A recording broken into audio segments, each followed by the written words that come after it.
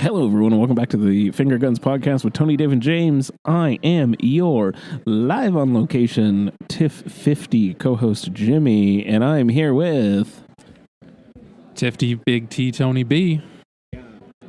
Yeah, and TIFF50 fanboy Dave Baldwin. hell yeah, we're kind of doing this a little rogue. So we're just going to be passing a mic back and forth. So for whatever you hear during this, I mean, I can't help it. It is what it is. We are live, though. We are at the Hyatt in the Industry Lounge. We found a table. We got ourselves coffees. We got ourselves a little water. And This is a good coffee. Dave loves his coffee. I love my iced coffee because I'm a little bitch when it comes to coffee. That's true. He needs it watered down because he's well, he said it. He's a little bitch. I'm on my third espresso of the day. Tony, it's fine when they're free. It's fine. Let's fucking get them all, man. Get them all. That's it. That's all that matters. We're coming to you live. This is our first episode of TIFF. We got a bunch of movies that we've seen. First episode during TIFF. It's day 4. Oh, yeah. I guess this is our second episode of TIFF, but our first episode during TIFF. So it's our second episode of TIFF coverage. Yeah. But our first level, it's breaking my brain. It's breaking my brain. We're day 4. We're already hitting the wall. And yeah, it's the first live on location episode this year. This might be the only live on location episode. And yeah, we have definitely hit the wall, kids. This is not for the weak. Yeah, not anymore. I literally canceled the screening yesterday because I did not want to take the train home at midnight. That is too late. I'm too old for this shit. But we've been hitting the ground early every single morning, crushing a bunch of films. You want to talk about some things? Let's fucking do it.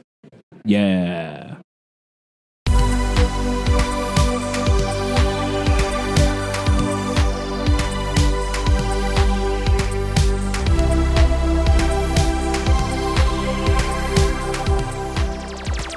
So I'm going to pass this mic over to Dave because in a change of pace, in a change of reality, he is our festival guide, our festival Sherpa for this live on location episode. Mainly because nobody brought pen or paper, which is wild, and he decided to type everything on his notes app. So Dave, what do you want to talk about first? I think the one that makes the most sense to talk about first is John Candy, I Like Me, which was the opening night film for this year. It's produced by Ryan Reynolds. It's directed by Colin Hanks, who is Tom Hanks' son. If you didn't know, he's Chet Hanks' brother.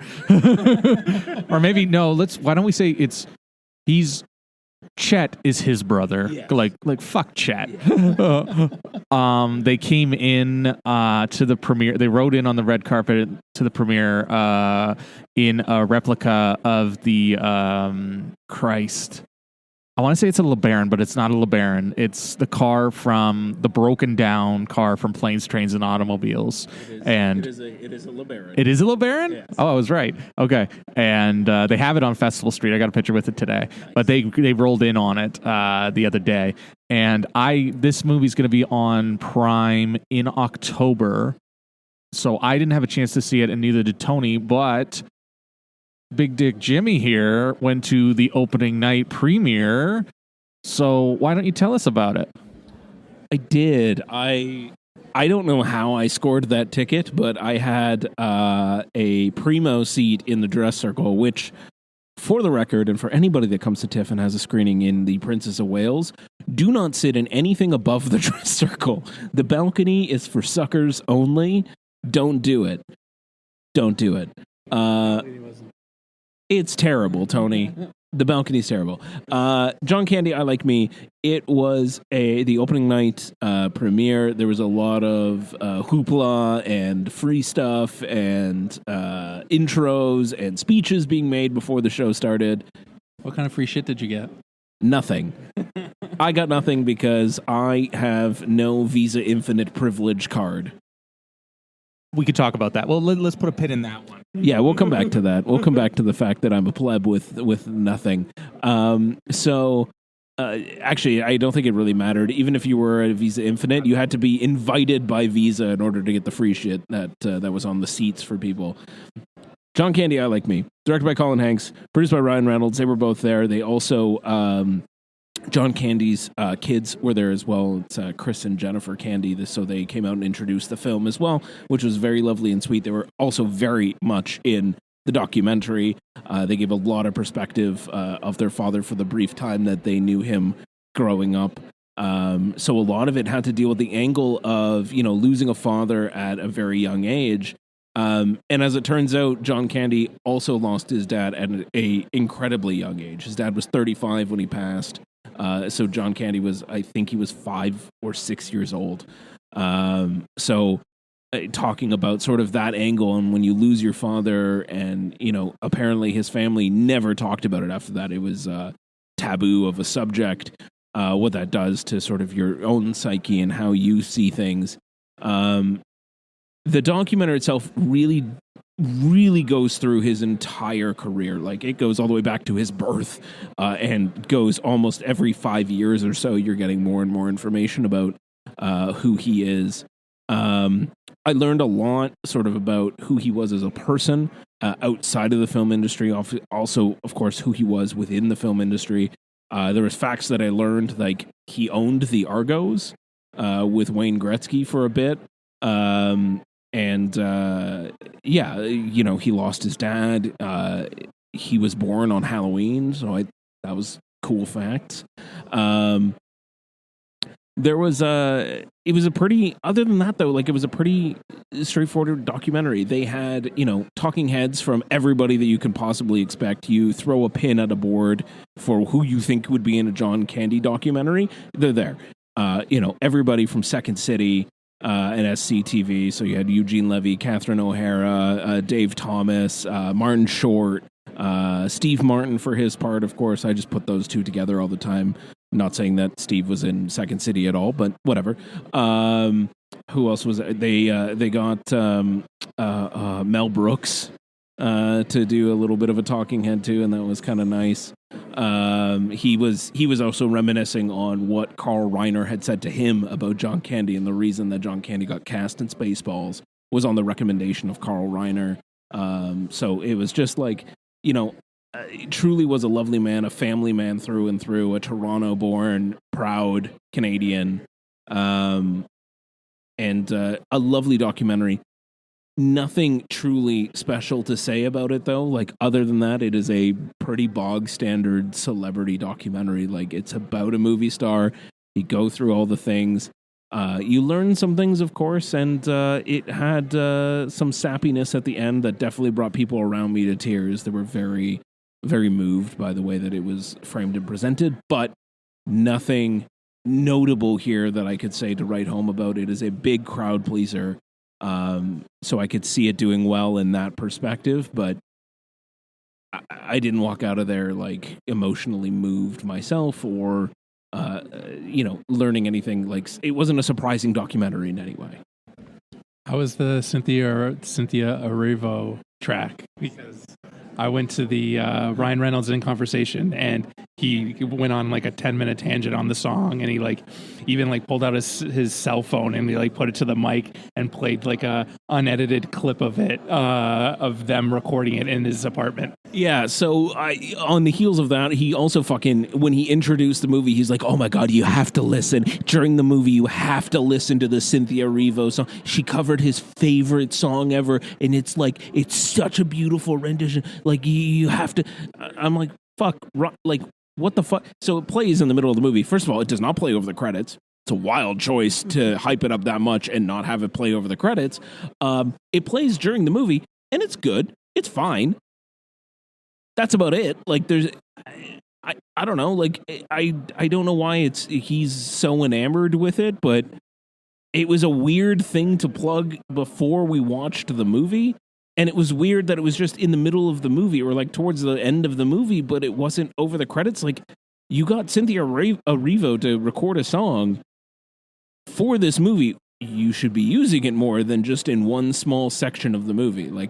I I don't know. It's an odd choice. And it felt even odder to have all of Ryan's hype about it and then to see where it was used. I was like, okay, I heard it. Should I raise my hand and say that I heard the Cynthia Erivo song? Like, what the fuck do you want from me, dude? It was fine. It was fine. It's not the most life-changing. It's not going to blow up the airwaves. It's fine. Anyway, that was John Candy. I Like Me. Good, sappy, crowd-pleasing. When it comes on Amazon Prime, if you had any passing interest in John Candy, especially, you know, around the John Hughes era or a bit before the National Lampoon era, you'll enjoy it. You might learn some things, but it's not groundbreaking in any way. Have you guys seen Stripes? I have not. That was a movie that was featured in this, and I was like, oh, fuck, I've never seen Stripes. Whatever they chant in the movie when they're marching, I do that frequently in the bathroom. But have you actually seen the movie? Yeah, I have seen the movie. But he's in it, doesn't he? Play Bill Murray's. He plays Bill Murray's best friend in it. I only asked because I got it I bought the Steelbook. I haven't watched it yet, but I really want to see it, and I was looking for an excuse to watch it. So if you guys hadn't seen it, I would be like, let's watch it. I'm in. I haven't seen it. I'm always down to watch Stripes. Okay, then I guess we're watching Stripes. Fuck yeah. Since that was a world premiere, why don't we stick on the world premiere train? Tony, why don't you tell us about Saipan? Yes, he's there. He's every fucking where. Roy Keane. This is a soccer movie about Roy Keane and the Football. Sorry, Footy. Surrounding Roy Keane and the... What is it, Australian rugby? What the fuck? Footy. It is European football. Do you not call it footy? I call it footy. I don't even play soccer, and I don't even play football, and I call it footy. I call it football with an umlaut over the U. Football is life and death. Yes, football is life, but also death. Saipan. This is about the Ireland national team and the events leading up to the 2002 World Cup and all the drama that surrounded it with Roy Keane and the national team.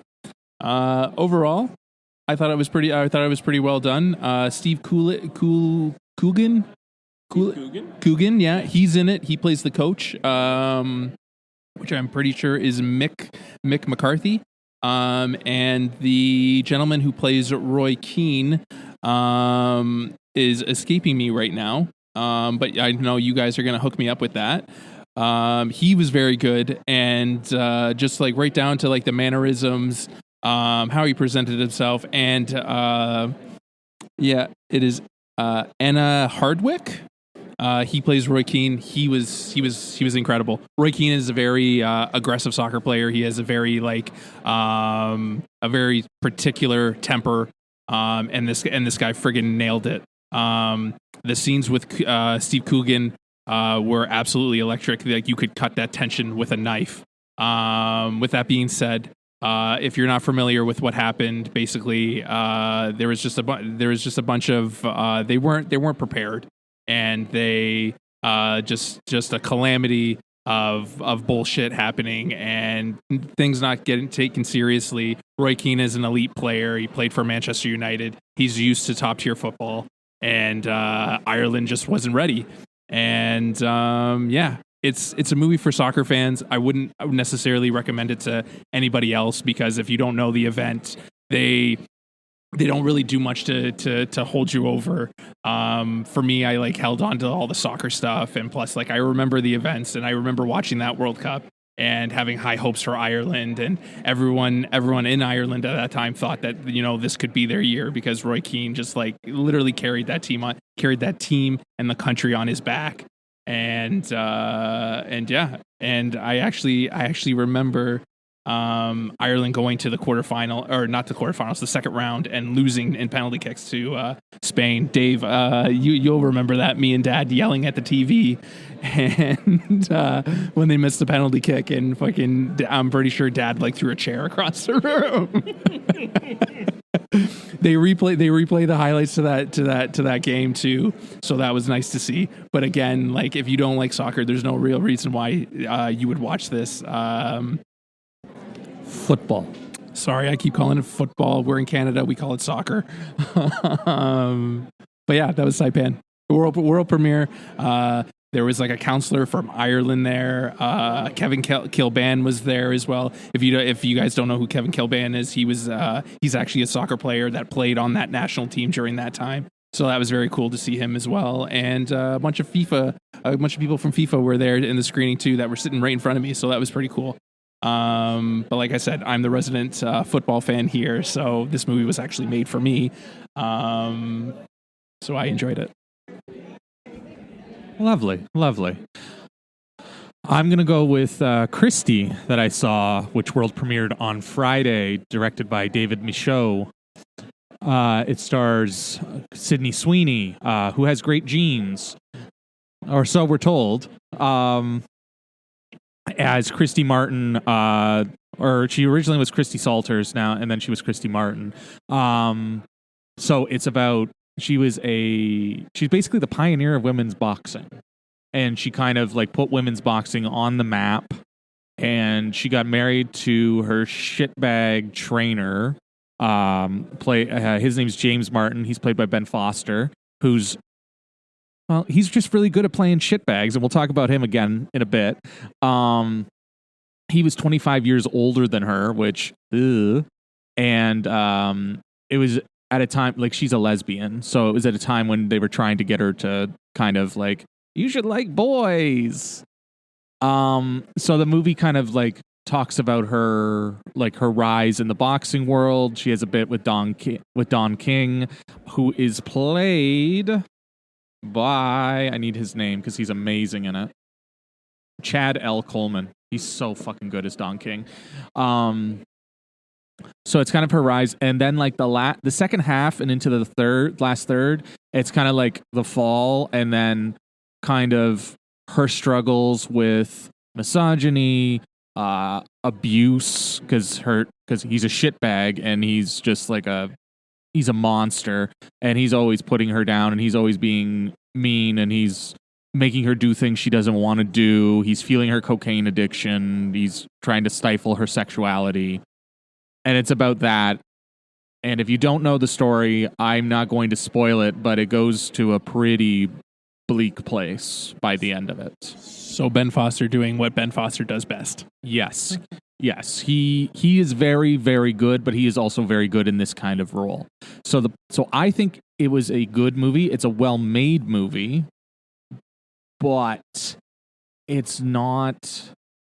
Well, before I say that, Sydney Sweeney, this is probably one of her best roles to date. There's a little bit of Oscar buzz going around the campfire for it. It's not that good, but she is good in it. Would you say it has as much Oscar buzz as Whip It had Oscar buzz? It has more buzz than Whip It did. She's very, very good. Like, she puts in the work. Like, she's throwing the right hooks. Like, she is putting in the effort. It is a great role for her. It'll silence the haters who think that she's just a pretty face, which she is, but she is a great actress, and I want her to see her do more of these roles. I think the problem with the movie, other than the fact that it doesn't do anything really new, is that it kind of glazes over the stuff. Like, when I mentioned he's fueling her cocaine addiction, they don't really show her on cocaine until late in the movie. And they don't really say much about it. And then like the lesbian stuff is just like in the background, and her lesbian partner keeps showing up every so often. Like it's just very like surface level. They don't dig deeper. And it reminded me a lot of this movie I saw last year called The Fire Inside, which was about a female Olympic boxer, where the final third of the movie was stopped being about boxing and being about her fighting for her rights as a boxer, and like deserving better pay and better like support that female boxers weren't getting. Like, this movie pivots into about abuse in the final third, and like I said, it goes to a dark place. But it's inspirational. It hits all the beats. And it's just a really well done movie. It's a typical sports drama that TIFF would put out here. Sydney was there. I guess I'm on a first name basis with her. She was there. I sat in front of Katie O'Brien, which was fucking cool as hell. Ben Foster was there. Shailene Woodley was there, and I'm almost certain Barbie Ferreira was there as well. But the real Christy Martin, or whatever I don't know what her name is now, because I don't remember if she took her partner's name or not. She was there, and her partner now was there. They brought the dog. She has a dog, so the dog was on the stage, and it ran out at one point, so that was kind of funny. But it's just, I like it. I wanted to love it more, but I'm happy that it's a good vehicle for Sydney Sweeney, and it's it's definitely worth watching. You just can't. It's not like the greatest movie ever made. And then, so that one comes out November 7th, I believe. It's Elevation here, and I believe Black Bear is distributing it independently in the States. Nice. So you'll be hearing a lot about that film in the coming weeks if you haven't already heard the buzz that's taking over. Nice. I love it. Nice. So why don't we keep? Do you want to keep on the world premiere train? Sure. I think we might as well. Let's do it. Why don't we go to... Where is my movie list? It is gone. Why don't we talk about Carolina Caroline. Or Carolina Caroline.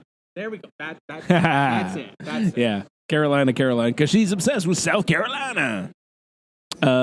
It's where her mom lives. Yeah, exactly. I'm going to turn up the gain a little bit here, so maybe all three of us can talk about this one since we all saw it. Yes, we did. We did. So apologies for any background noise, but I'm going to do my best here. We are live, okay? So just cut me some slack. Just bear with us, guys. Cut me some slack. We got to work on our live coverage. It's okay. Yeah. We'll figure it out. But you're in the shit with us. Yeah, you can There's hear it now. There's a producer's lounge. People are brokering deals.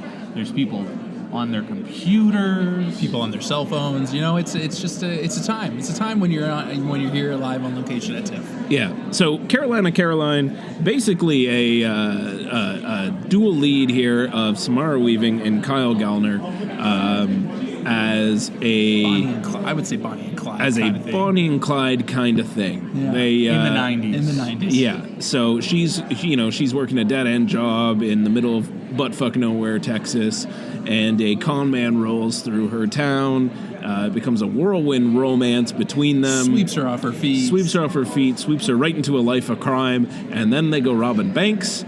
And then shit hits the fan. The cops come after them, and then they go on the run. And scene. I think that's pretty much the movie in a nutshell. There's a side plot about the reason it's Carolina is she's obsessed with going to South Carolina.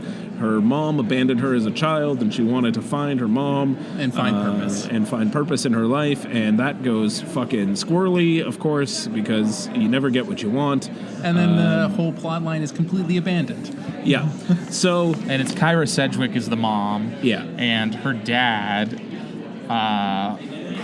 he's Uncle Rico in fucking Napoleon Dynamite. He's the guy in John Grease. White Lotus. And he's the John Grease. He's the guy in White Lotus. The shitbag in White Lotus. Yeah. So, I mean, look, this movie was fine. If you've seen one, you've seen them all. They're hitting the same plot devices. They're hitting the same character arcs. Like it is very much a Bonnie and Clyde kind of thing.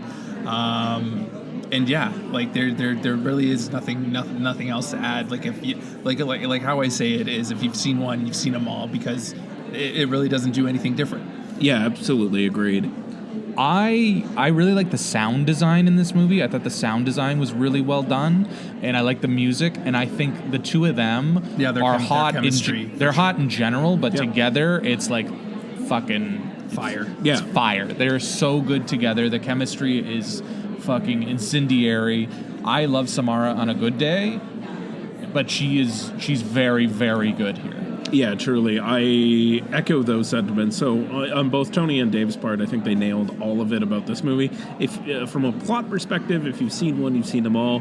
From a acting perspective, excellent. I enjoy the way that this was shot as well. It was very competently shot. Like it wasn't hard to watch in any way. Some good action scenes when it came to like robbing banks and setting up the heists, and the stakes did keep going up. But you kind of knew exactly how this was going to end. It does also Rashomon itself. It starts kind of at the end and then, goes back to 3 months earlier and you get back there. So you kind of already have an idea of how this is going to go. And it goes exactly sort of as you expect. But overall, it was fine. It was fine. So the director is Adam Raymeyer. He also did Dinner in America and he did Snack Shack. I have both of those on my watch list. Have you guys seen those movies? I want to watch Snack Shack. Yeah. I've heard good things about that. I wouldn't mind checking that one out for sure. Yeah, because Gallner is in Dinner in America, and I've been hearing a lot of good stuff about that as well. Really? So I want to Nice. see those two movies. Yeah. But it's not a bad movie. Nope. It's not just one nothing to rush special. out to, Yeah. but like if you get it's definitely a folding laundry movie Yeah. that you'll enjoy. Yeah. That you'll enjoy. I don't think it has I don't know about distribution, and I don't know a release date yet on that. Yeah. Fair enough. Yeah. All right. Nothing else. Let's Well, go. let's go. Let's keep on rolling. Why don't we go to Motor City? Oh yeah, we're keeping on the train of all three of us seeing something. Yeah, huh? why don't we stick with the all three of us? I love it. I'm skipping off. We got one more world premiere, but I want to leave that one for last. Yeah. Motor City with all of us.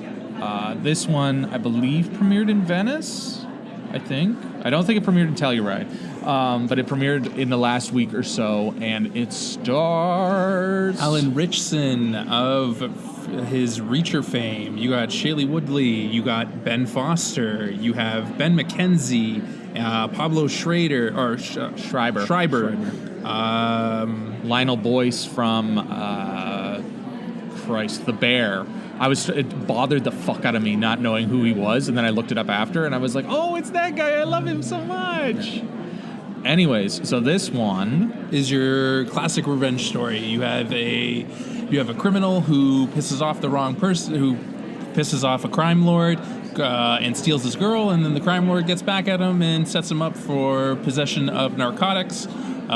He goes to prison, and it's basically just a cat and mouse of just trying to get back at the crime lord. And Ben Foster again playing a sleazy piece of shit like he always does. Alan Ritchson playing a very strong silent type. I also should point out that this movie. I was going to say that's when you say strong silent type, you legitimately mean it. So the interesting thing or the conceit with this movie is that for the first bit you're like, wow, this is really stylized, and then it kicks in that there is almost no dialogue in this movie. It is no audible dialogue. No audible They dialogue. are talking, but there is some words and some words that you can hear. Yeah, but you for can the see most that part, they're chatting to each other, but there's no audible dialogue. It's like wall to wall soundtrack, wall to wall music. A lot of body language. It's very much physical performances from everyone involved. It's a mood piece. It's a vibe. It is a vibe. It is the definition and I mean, of a vibe. This movie is called Motor City. It is very set in Detroit in so many ways, and the city is on full display of the 70s, the glory days of Detroit, just as things were getting kind of squirrely and such, with big crime lords and drugs and everything else. The soundtrack to this is all curated and scored by Jack White, who's also briefly in it as a pianist, which is one of the funniest things that's ever appeared on screen. I love his cameo so very much. It was just silly, and there's no reason for it, but it brought me some joy.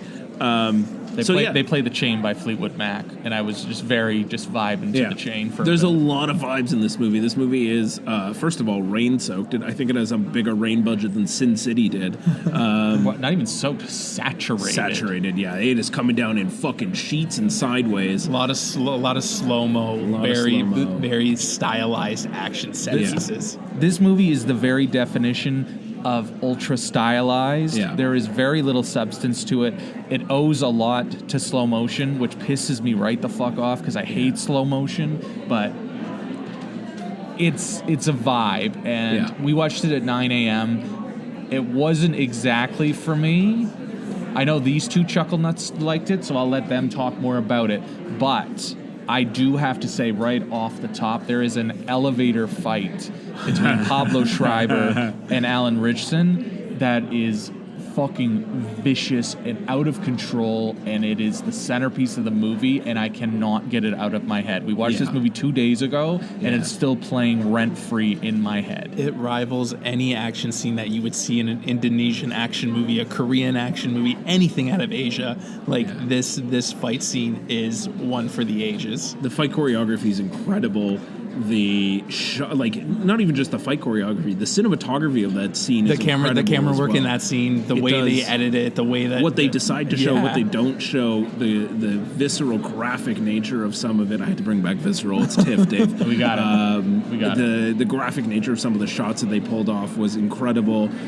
It all culminates in it also has the same thing that Carolina Caroline does, where it starts kind of at the end and then you circle back to it eventually.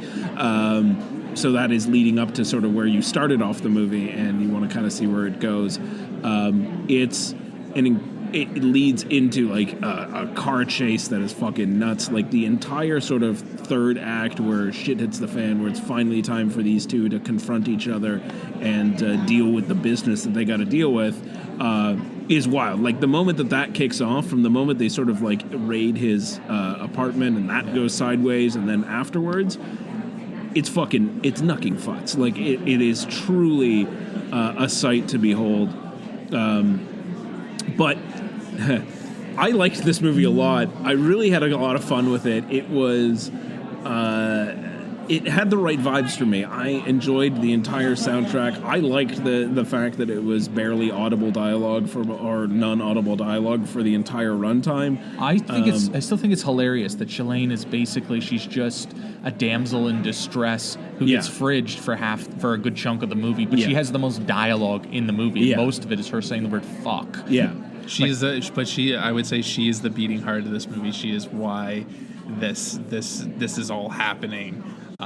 These two guys are just fighting over this woman because they're so madly in love with her. And I think Ben Foster is really good with the body language. Yes. I think he's very good at expressing himself. I don't think Richardson is as good as expressing himself here. And he has that stupid hairpiece for so long of the movie. It's His hair is stupid. hilarious for a big part of this. But I will say that, like, I think it worked because all he had to do was be brooding and be so fucking pissed at what was going on to him and what was happening to him, whereas Ben Foster got to be a shit weasel. Like, there's an interrogation scene where he comes in and he just gives this kind of like lip out pouty face at him, and I almost fell out of my chair. It was so funny. He's having the time of his life. If there's anyone in this movie that is having the most fun, he grew that coke nail. You know he did. It is Ben Foster. I saw it the same day as I saw Christy, so it was kind of wild. And It's then a he was big Ben walking. Foster He was day. walking by, and I was just like, You should have asked.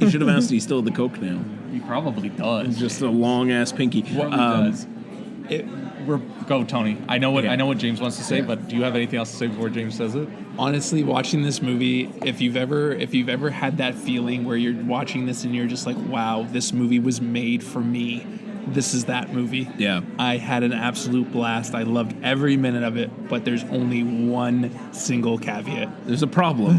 There's a problem. big fucking There's a problem. There's a This big was- elephant in the room for this one. This was almost a exquisitely perfect movie for Tony and I. It would have probably made it somewhat good for Dave as well. There is a problem that is leading us to not be super jazzed about this, and it is the way that this film ends. There is a choice that they decide to make where they capital C choice. It is a choice. They had a perfect ending, and when you watch this movie, you will see that perfect ending. And you'll be like, that's the perfect ending. Hopefully, by the time you get to see this film, I really hope they fix that. it. Will be where it ends. I really, really hope that that's the feedback that they take and that they fix this, because there is an ending in here that feels like it is the exact spot that this should end, but then it keeps going.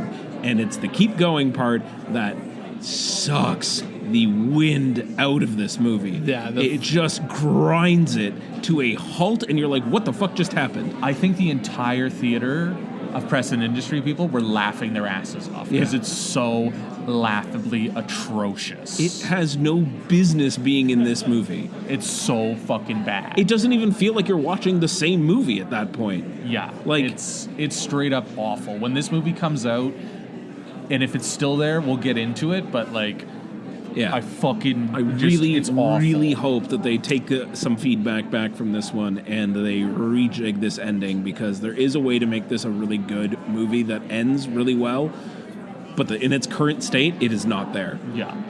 So we'll keep an eye out and see if they make any adjustments to the ending and come back to that one for you. But let's keep this party going. What do we got next? Why don't you two talk about Exit 8? Oh yes, Tony and I had a fun day that day. So Tony, tell me about Exit 8. We all love, your boy Big T Tony B loves a simple premise, and this is the simplest of premises. A guy is in a subway, he's trying to get out, and realizes that he is basically in a loop, and he needs to find the exit. And of course, the exit is on level 8. This is based off a video game, and they take that video game premise and they stretch it into a 95-minute long movie. Yeah, it's directed by Genki Kawamura, who I've never really had seen anything that he had done before, but I was sold on the premise of the video game itself, which is also called Exit 8. And like the premise of the video game basically is you just have to find a way out of this subway exit. And there's 3 simple rules. If you don't see an anomaly, keep moving. If you see an anomaly, turn back immediately, exit at Exit 8. That's it. There's 3 rules. That is the entire thing that you need to know about this movie and about the video game. So every time you go through to the next hallway, if there's no anomaly, you keep going, and your hallway count goes up by 1. If there's an anomaly and you turn back, your hallway count will go up by 1. But if you fuck up and you miss that, You're right it back resets to back where to you 0. start. So you're kind of in like this time loop, limbo, purgatory-esque kind of space, and that's the entire conceit of this movie. What they do to stretch it out to 95 minutes is, they wrap a story about being unprepared in life and dealing with sort of your own choices or lack of choice or lack of being able to choose a direction to go in. So it centers around a man who recently just found out that his partner or girlfriend, is not really specified, but partner, girlfriend, wife, whatever, is pregnant, and she's at a clinic. And it's sort of like posed as a choice. Do you want to be a father or not, kind of thing? Like, are you ready for that next step? And he's paralyzed by the choice. He doesn't know what to do. And he gets trapped in this hallway system. And the hallway system is basically trying to figure it out with him as a metaphor of, like, you're kind of trapped in your own indecision. Halfway through, he basically meets a version of his child, essentially. And they, again, go through everything and figure it out. It all wraps up quite nicely. I thought it's like a sort of a 95-minute film. It's not bad. There's some janky CG happening. Very janky CG. It also starts off in full POV mode and then abandons that, which is a choice. Because I don't know why you started it that way. It didn't need to start that way, but it did. And I guess that was to kind of like be like, oh, it's like the video game, because the video game is in first person. But they did the rest of the movie in third person, and it worked fine. So I don't know why you needed it in the first place. I thought the hallway bits were great. I thought, the guy, the guy playing the man that was constantly there, The walking man was excellent. He did a fantastic job being a creep show whenever he needed to be, and like the different iterations of what the hallway could be were pretty cool. Like, he figured out a system in order to identify whether there was an anomaly or not. He was kind of stupid about it, but he figured it out. The character is really fucking dumb in this movie. And but he's paralyzed by this like indecision and not understanding sort of what to do or how to deal with it. Like, it's all there. But the anomalies were cool. I thought what they did with the hallways was fun. At one point there's one of them gets tricked into thinking that they're at the exit, even though it literally was like, this is 0. Like, you haven't even hit close to 8 yet. And then there's some other things like other characters show up. You're not quite sure what an anomaly is or isn't at some points. Like, is this considered an anomaly? We're not sure. You're questioning almost everything at this point, and then the filmmakers are even able to get the audience to keep looking for the anomalies, so that you're in it. You're kind of playing the game with the character as well, and you're like, oh fuck, I spotted something when the character didn't, or like, the kid comes in and the kid is very good at spotting the anomalies, but the adults never listen to the kid because he's a kid, he doesn't know what the fuck he's doing, even though he's like staring at a door that has a doorknob now in the center that's never been in the center of the door before. Or there's like a sign in the back that if you read it on a regular one, it just says concourse. But then if you read it when it's an anomaly, sometimes it'll just say turn back, turn back, turn back, turn back. And they just fucking miss it and they keep going. But there was one moment, Tony and I talked about it afterwards, where he turns the corner and it's now a new loop. And immediately as he turns the corner, there's like a power flicker and a power cut and the whole lights go out and there's like creepy noises. And he stays there for an indiscernible amount of time trying to figure out what to do next. And Tony and I were just like, turn the fuck around. We're screaming at the scene.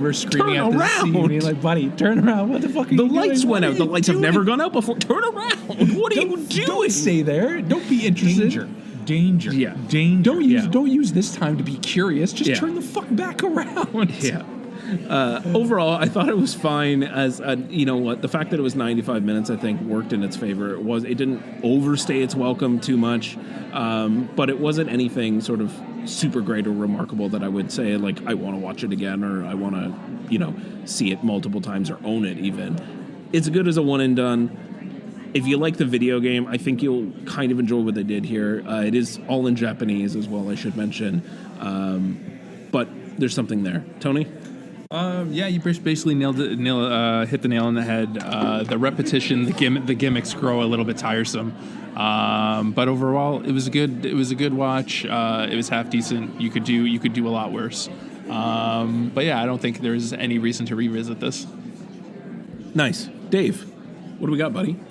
Why don't we go on to Nouvelle Vogue, which was a movie that Tony and I saw. It's directed by Richard Linklater, and it's one of his 2 films at the festival. We're not seeing Blue Moon. Hopefully we'll get to see it in October when it comes out.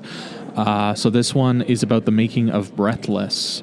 And Tony, would you say that Richard Linklater is a fan of Jean-Luc Godard? We get it, bud. You definitely love Jean-Luc Godard because this is literally like a love letter to him as a person and the making of Breathless. And the French New Wave. Actually, too. So Nouvelle Vogue, if you don't know, is New Wave. New Wave. And I would love to turn this movie into a drinking game because every time they say New Wave, you should just drink because they say it. I was literally counting on my hands the amount of times it popped up. But yeah, I was fortunate enough to catch Breathless. I'd gone through my my entire film career not seeing this movie. I saw clips of it during film school. We studied it. We studied Jean-Luc Godard. We studied the French New Wave. But I had never seen Breathless in its entirety, and I managed to catch Breathless before the festival started, and I'm so glad I did because it just elevated this viewing experience. I absolutely loved this movie. It was so well done. Obviously, it was sugar coated. It was very surface level. There wasn't really a lot of conflict. I know that they're glossing over some of these events that happened. They cover a lot in it. I like that Linklater puts titles when they're showing certain people in that time frame, so you know who's who. Because there's a lot of French filmmakers. I liked that they show like the Godard and his posse, who's Angus Varda, and who else was Angus. it? Not Angus. Agnes. Truffaut, yeah. I saw the Agnes Varda exhibit at the Academy Museum when I was in California. That was kind of fun, yeah. But it was very French New Wave and very, like the fucking photos and stills that were there. I was like, Jesus fuck, this is so much. I'm not the biggest French New Wave guy. I gotta be honest with you. And he does. Linklater does a good job of shooting it like French New Wave, and like course he it's does. it's obviously shot digitally, but it's made to look like film, and the cinematography is absolutely incredible. If you've seen Breathless, it's filmed exactly the same. It looks like Breathless. It looks like Breathless. So it's very much a companion piece to Breathless. If you haven't seen Breathless, you need to watch Breathless first. And I did too. I wasn't really in the mood for Breathless, so I need to I want to rewatch Breathless when we're out of the festival, so I can appreciate Nouvelle Vogue more, which is coming to Netflix, I believe, in November. I don't know if they're picking. France might be picking it as their choice for Best International Film. I'm not too sure. But yeah, it looks amazing. I really liked Zoe Deutsch, my girl, as Jean Seberg. I thought she was excellent, and her French is exquisite. And I also like the guy who played Belmondo. Aubrey Dulin and Guillaume Marbec, who played Godard. He's with an his fucking sunglasses. His sunglasses. Can I correct you on Yes. that? It's Guillaume. He is a madman as Jean-Luc Godard. Like, I was literally falling off my chair listening to some of the things that comes out of this guy's mouth, and like his filming style, whether Godard was actually like that in real life. It literally, like, if you're a filmmaker, if you're in the filmmaking scene, like it is absolutely hilarious to watch, and it will make you cringe, and you're just like, you really feel it. Because I'm a producer, and I really felt it for that producer. That producer must have had multiple fucking heart attacks making this movie, and it's like a testament to how this movie existed and how influential it is. It was really well done. I think Tony also nails a thing. It's a very niche movie. It's not a mainstream movie at all. It's very much, you have to like the French New Wave or have a passing interest in it. Like a movie like The Disaster Artist that's about making a movie is just fun because it's for everybody. This is a French New Wave. This is about making of a French New Wave movie done in French New Wave style, in black and white in French. So it's definitely a niche product, but it looks very good. And the acting, like, it is a very good film. I just want to put it out there for the listeners that it's a niche. It's a good niche. asterisk. Yeah, it's good with an asterisk. Yeah. So we're almost going to wrap up. There's two more I really want to talk about. The one I really want to talk about is Sentimental Value, which won the Grand Prix at Cannes, and I've been wanting to see it forever because I'm a huge fan of Worst Person in the World that I caught at TIFF in 21, and I have the Criterion. You have the Criterion too, right? I do. So I've been wanting to see this fucking movie for a while. I'm going to fucking kill his first name because I can't do his first name. If James wants to try, so we're going to let James try. It's Joachim, isn't it? Hang on. Oh yeah, it's Joachim Trier. Is it Joachim? Joachim. Yeah. Okay, we're going to... There we go. Okay, fine. Joachim Trier. So, it's him. It has Renate Reinsve, who was also in Worst Person. She was in A Different Man as well from last year with Sebastian Stan. She's incredible, as always. Stellan Skarsgård, who puts in an Oscar-worthy performance, as well as, I'm just going to call her Inga Ibsdottir Lilius, who's excellent, and Elle Fanning, who... Did Elle Fanning really become the more popular Fanning? Yeah, it sounds like it. You also missed out on Corey Michael Smith. He's barely in it. He's barely in it, but you'll recognize him as Chevy Chase from Saturday Night and the Riddler from Gotham. So this movie it's basically about a family and kind of a fractured family and just kind of coming to terms with certain moments in their lives and kind of trying for forgiveness and just trying to be, I guess. It's very existential. And it's all surrounding the father, who is a director, and he is trying to make his last movie. Yes, he hasn't made a movie in a long time, so he wants to make this new movie, and he wants to put his daughter in it, who's an actress, but she doesn't want to be in it. So it's kind of about her, like, him trying to mount the movie as well as going back and forth between their lives as kids and kind of what led to this moment. It's well done. Ginny helped us out with the tickets, or not the tickets, the seats. because it was a 9 a.m. screening on Thursday, and it was pissing down rain. So we really appreciate you, Jenny. We love you. We love being able to see the movie because we know a lot of people got turned away. But watching a subtitled movie in the third row is not exactly for me, I don't think. Not the greatest. But I will say, I did appreciate the scene where there was a child's birthday party, and Stellan Skarsgård was giving his grandson a birthday present, and he gifted him Irreversible and The Piano Teacher on DVD. And if my grandfather gave that to me for my 9th birthday, I think it was pretty cool. Did you just steal my fucking Letterboxd review? Totally just took your Letterboxd review, and I know you were going to say it, but I beat you to the punch. You bitch. Because me and Dave both looked at each other at that moment, and it's just like, I don't see anything wrong with that. You little bitch. Anyways, it is very well done. It's a movie I want to revisit.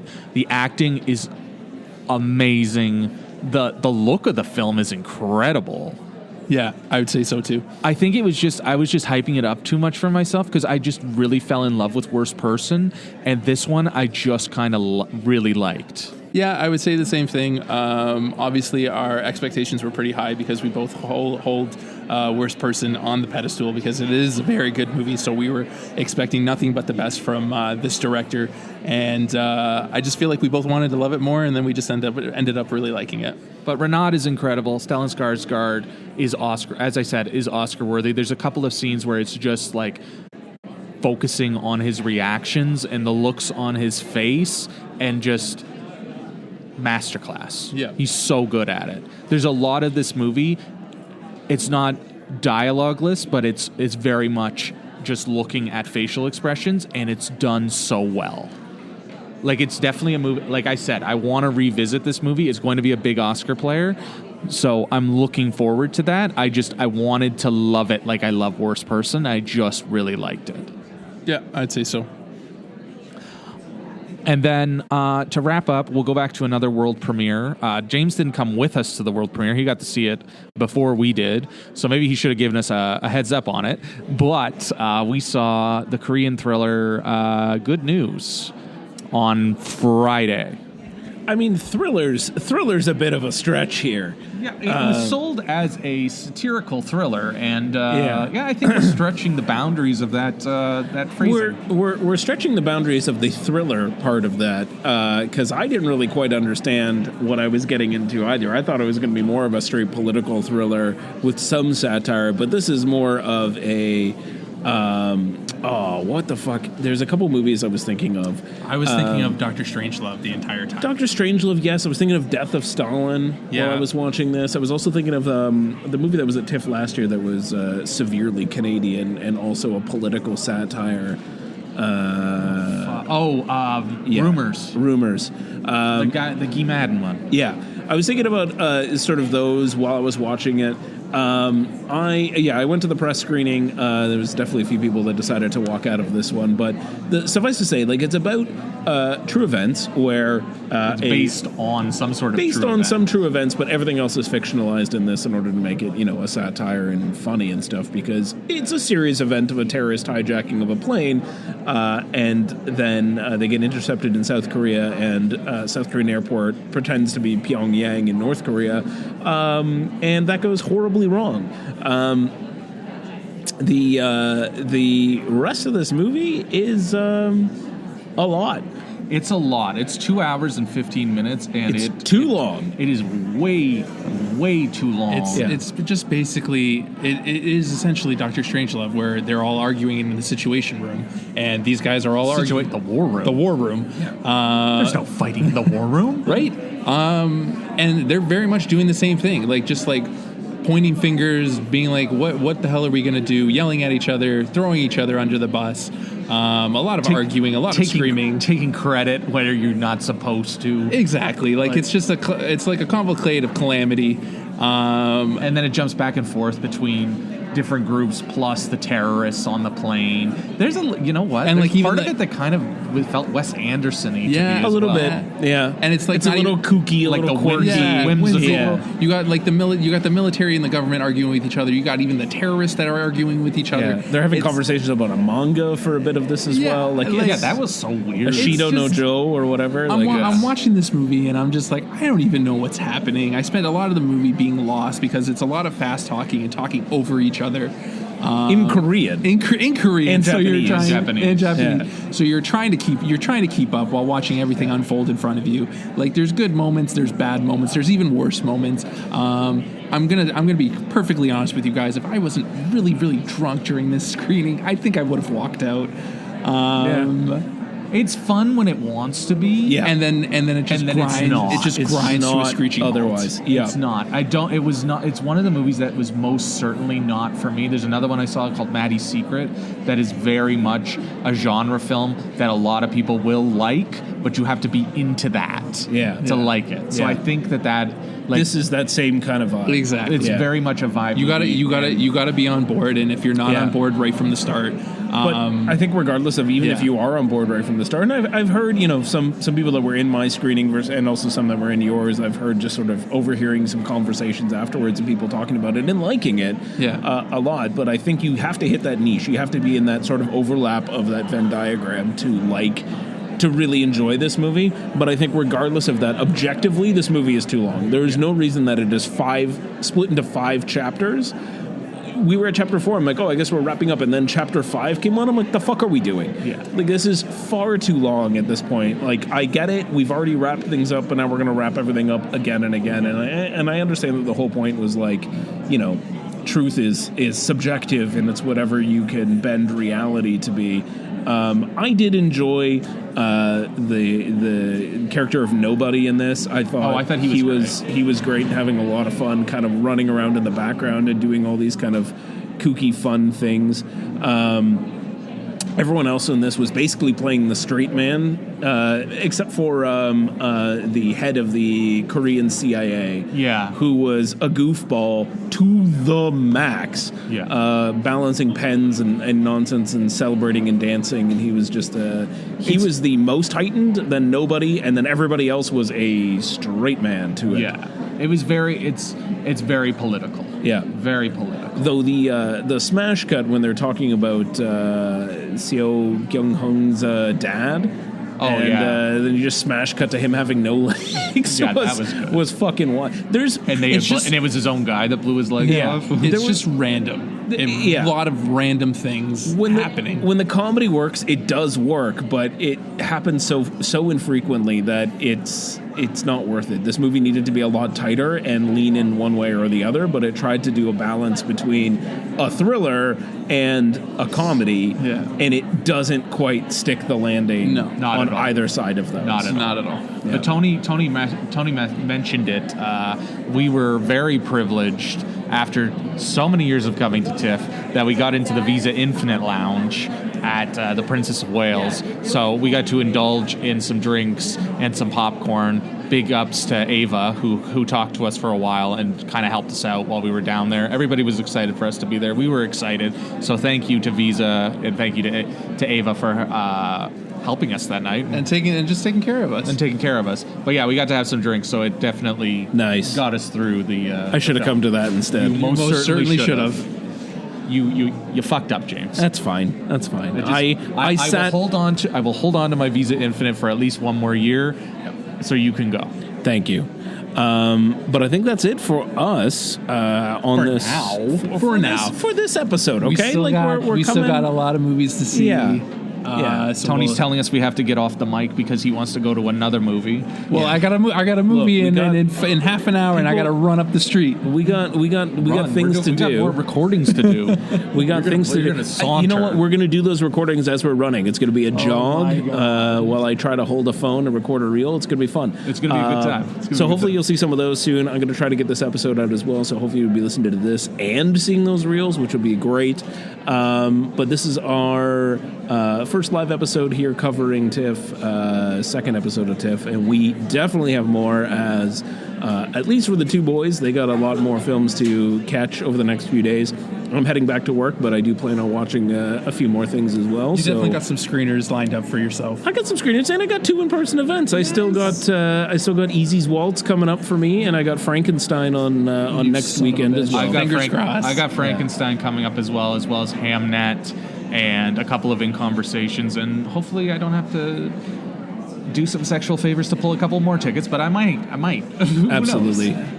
But we'll be back very, very soon with more for you all as we continue to cover TIFF50 2025's TIFF. TIFF50, if you've been watching any of the pre-rolls. Stop trying to make TIFF50 happen. It's going to happen, Dave. We're going to do it. And we can't wait to keep talking about all of this because we have fun covering this festival, and we get to see a bunch of things to tell you what you should see, maybe what you shouldn't.